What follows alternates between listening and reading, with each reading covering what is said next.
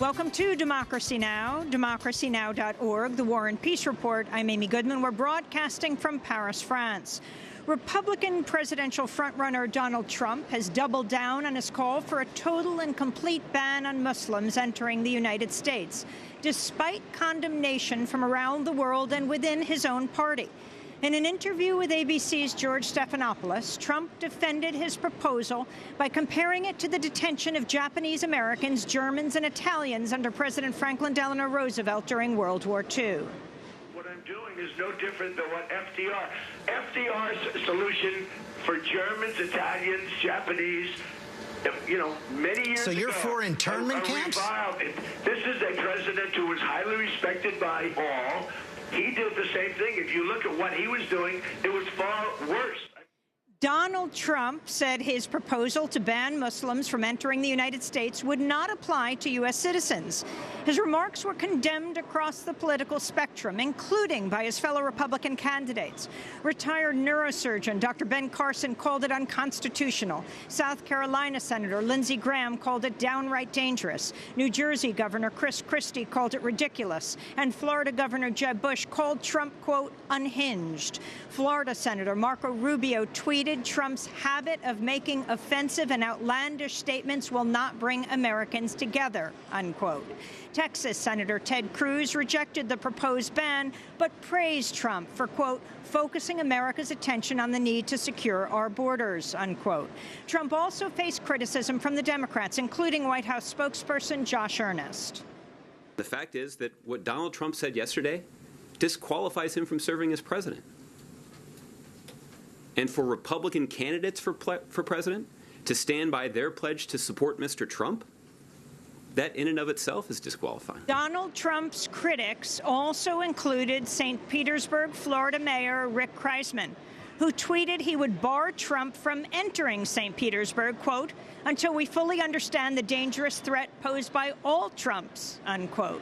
Author J.K. Rowling compared Donald Trump to the villain in her best-selling Harry Potter series, tweeting, quote, Voldemort was nowhere near as bad, unquote.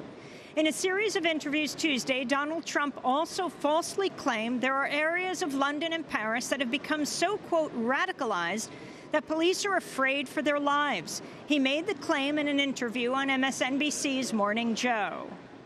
Paris is no longer the same city it was.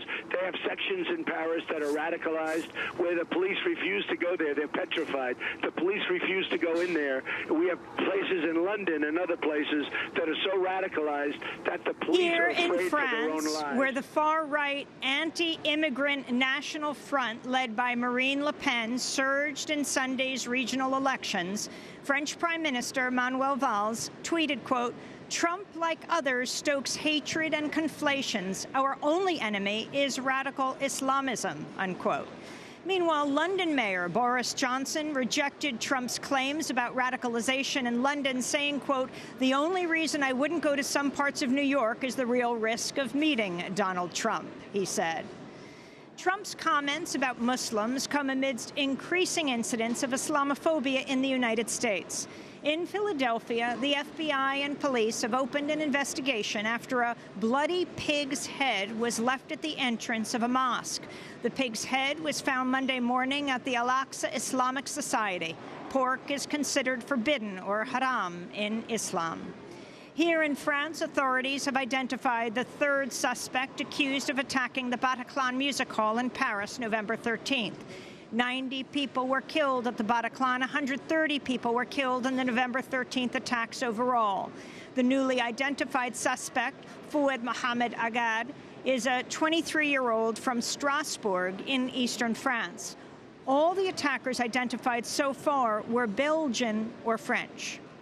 In Afghanistan, Taliban militants have attacked the Kandahar airport, killing dozens of people. At least 46 people reportedly died in the attack, including civilians, security personnel, and Taliban fighters, after suicide bombers penetrated a security gate. The attack comes as Afghan President Ashraf Ghani attends a key conference on Afghan security in neighboring Pakistan. Canada's vowed to set up an inquiry into the disappearances and murders of nearly 1,200 Indigenous women and girls over the last 3 decades, a demand made by First Nations activists for years. Speaking Tuesday, newly elected Prime Minister Justin Trudeau said he hopes the inquiry will help restore trust between the Canadian government and First Nations. I know that renewing our relationship is an ambitious goal, but I am equally certain that it is one that we can and will achieve if we work together. Meanwhile, the Canadian government is preparing for the arrival of thousands of Syrian refugees. 150 Syrians are expected to arrive in Toronto Thursday. Prime Minister Trudeau has pledged to resettle 10,000 Syrian refugees by the end of this month and another 15,000 by March 1st. The refugees will immediately become legal Canadian residents upon arrival. Greenpeace has revealed 2 prominent climate skeptics made themselves available for hire by the hour to write reports that cast doubt on man-made climate change and the impacts of global warming. Members of Greenpeace posed as consultants for fossil fuel companies and asked William Happer, a professor at Princeton University, and Frank Clemente, a retired professor from Penn State University, to write the reports. Both professors said the reports would cost thousands of dollars to write and discuss ways to obscure the funding source. 2 of the world's largest chemical companies, Dow Chemical and DuPont, are considering merging into what could become the 2nd largest chemical company in the world. Combined, Dow Chemical and DuPont are worth $120 billion. This year has been one of the biggest years for massive corporate mergers, which include the $150 billion merger of pharmaceutical giants Pfizer and Allergan, the $106 billion merger of beer companies Anheuser-Busch and SAB Miller, and the $55 billion merger between telecommunications giants Charter Communications and Time Warner Cable. In Canada, 3 activists have been arrested after they forced pipeline giant Enbridge to shut down one of its major oil pipelines by locking themselves to equipment at a valve site Monday. The pipeline transports more than 12 million gallons of Alberta tar sands and Bakken crude oil to refineries in the East Coast every day. The pipeline's long been opposed by First Nations and environmental activists who are concerned about spills and the impact of continued fossil fuel extraction on climate change. In Burkina Faso, authorities have charged a general with complicity in the assassination of President Thomas Sankara nearly 3 decades ago.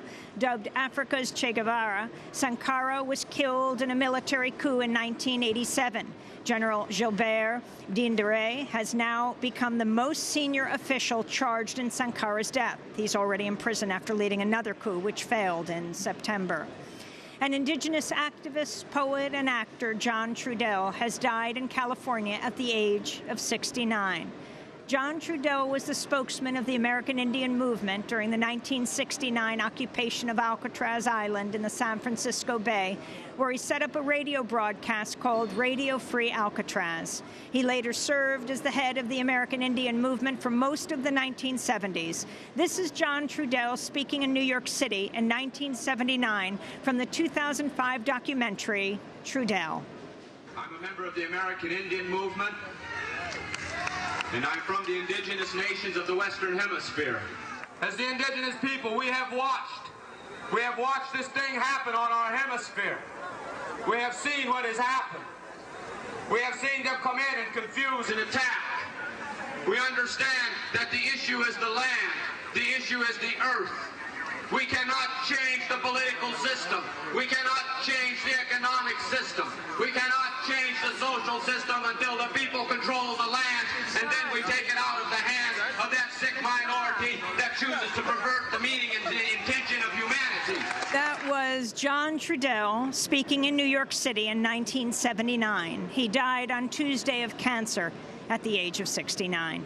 And those are some of the headlines. This is Democracy Now!, democracynow.org, The War and Peace Report.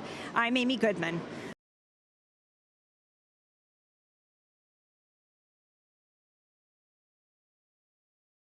Hi, I'm Amy Goodman. I want to thank you for tuning in to Democracy Now! We are so grateful to our fans and followers for being a part of the daily conversation. By choosing a news source that's committed to the truth, you're carrying the message of independent media, reaching hundreds of thousands of people every day. In these times of war and elections, we need a media not sponsored by corporations that profit from war, but a media that's truly independent, funded by you. Democracy Now! Is not paid for by the weapons manufacturers, the insurance industry, or the oil, gas, coal, or nuclear companies. We don't take advertising or corporate underwriting dollars. That means we rely on your donations to make our daily independent news hour possible. We need your support today to keep bringing you the hard-hitting, in-depth reporting you've come to expect 5 days a week. Visit democracynow.org, or you can call 888-999-3877. That's 888-999-3877 to make your holiday gift to Democracy Now! Today. Thanks so much for sharing Democracy Now! Stories all year long.